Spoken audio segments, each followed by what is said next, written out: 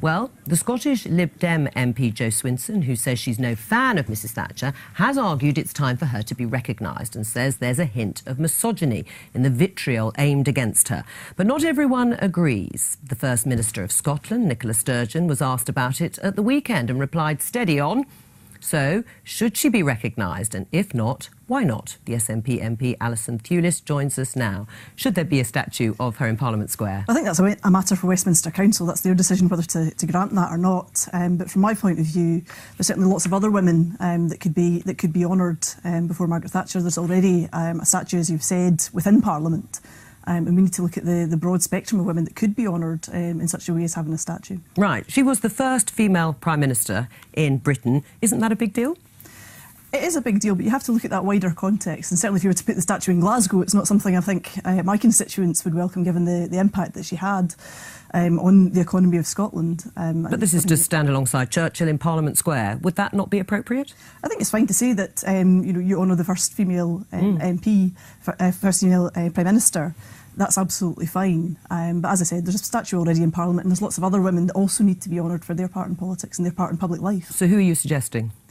Well, there's lots of different women that could be honoured, and on Thursday this week we're seeing a statue in Glasgow unveiled for Mary Barber, who was a rights campaigner. She campaigned against the rent strikes in Glasgow, one of Glasgow's first female councillors. So Glasgow's addressing the issue of there not being that many women honoured in politics and honoured by statues in the city, and they publicly funded that statue as well. So it was crowd-funded to raise this statue as well, which I think is important. Right, but why are you against the idea of the first woman Prime Minister? I mean, she obviously broke that glass ceiling. She made it to the top in politics, whatever you may think about what she did or didn't do for women. Should that not just be honoured in its own right in the way Jo Swinson has said it's about gender equality?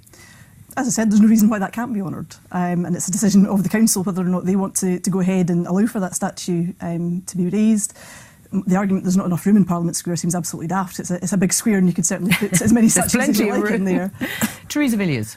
Well, I think the reason probably for the fact that Mrs Thatcher's statue isn't already in Parliament Square is less to do with gender and more to do with the fact that those statues only tend to be erected sometime after an individual has died, and certainly many years after they've left politics. But I think it's a good idea to commemorate our first woman Prime Minister with a statue in Parliament Square, not least because whilst her premiership was polarising and aspects of it are controversial, she did transform the economy of this country. You know, she turned the country round from what looked like terminal decline, and you know, we are all far better off as a result of that. So that's one of the reasons why she should be considered as a candidate for a statue in Parliament Square. Right, but to be honoured as a woman as the first female Prime Minister, surely she had to do something for women. Dawn Butler, the Shadow Women and Equalities Minister, said last year that female Tory Prime Ministers, that we've done absolutely nothing for women.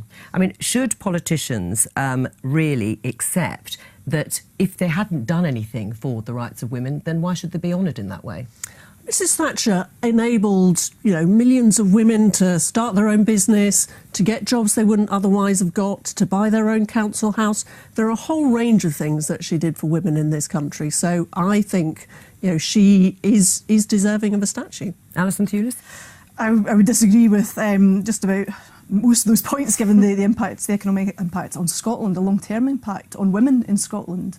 When you see the impact of ill health and inequality still lagging behind in Scotland as a result of the devastation that was wreaked in Scotland industries. And I grew up in Lanarkshire, where the Ravenscraig plant closed, and many women were put on the poverty line as a result of that. There's a long-standing post-industrial legacy in Scotland that's recognised in the health inequalities we still see. But are party politics getting in the way here, Alison Thewliss? Is it that women, female politicians on the left, do not want to honour a woman politician on the right, and particularly someone like Margaret Thatcher, who many will argue was very, very divisive? Do you think ideology here is getting in the way? Harriet Harman, former deputy leader of the Labour Party, said that Margaret Thatcher was not a sister.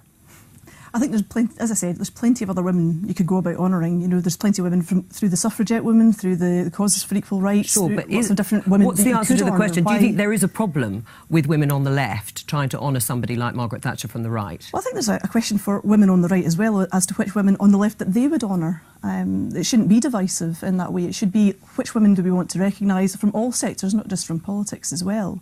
And the Glasgow Women's Library in Glasgow are great at recognising women right across the board through fields of science and engineering and arts and everything, that you could raise a statue to any of those women. Right, you talked about her legacy in terms of women voters, or some women voters, but in terms of what she did for women in politics, would you accept that it fell short of what she could have done in terms of the ladder for women underneath her?